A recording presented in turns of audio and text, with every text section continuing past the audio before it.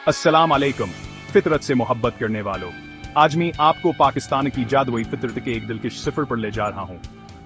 पाकिस्तान कुदरत के रंगों से सजा हुआ एक ऐसा मुल्क है जो सुकून, ताजगी और एक तरोताजा हवा पेश करता है जो कहीं और नहीं मिलती।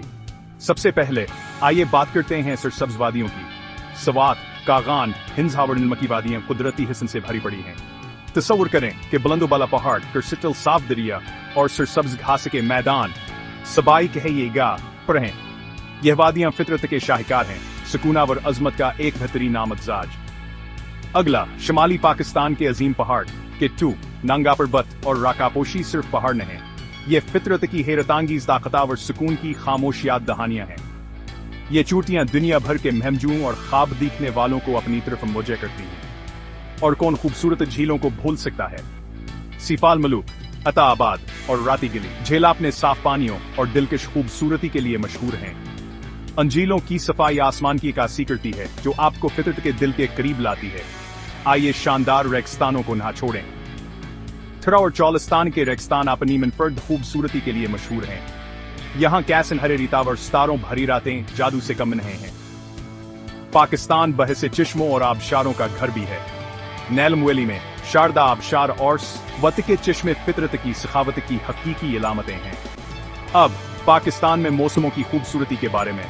यह एक ऐसा मुल्क है जहां चारों मौसमा पनीपोर शान शूकत दिखाते हैं।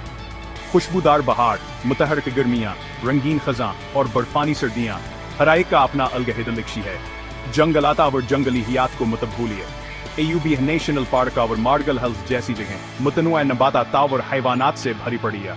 जंगली हयात कुआन के खुद कुदरती मुस्किन में देखना एक ऐसा तजुर्बा है जो आपको फितरत से गहराई से जोड़ता है।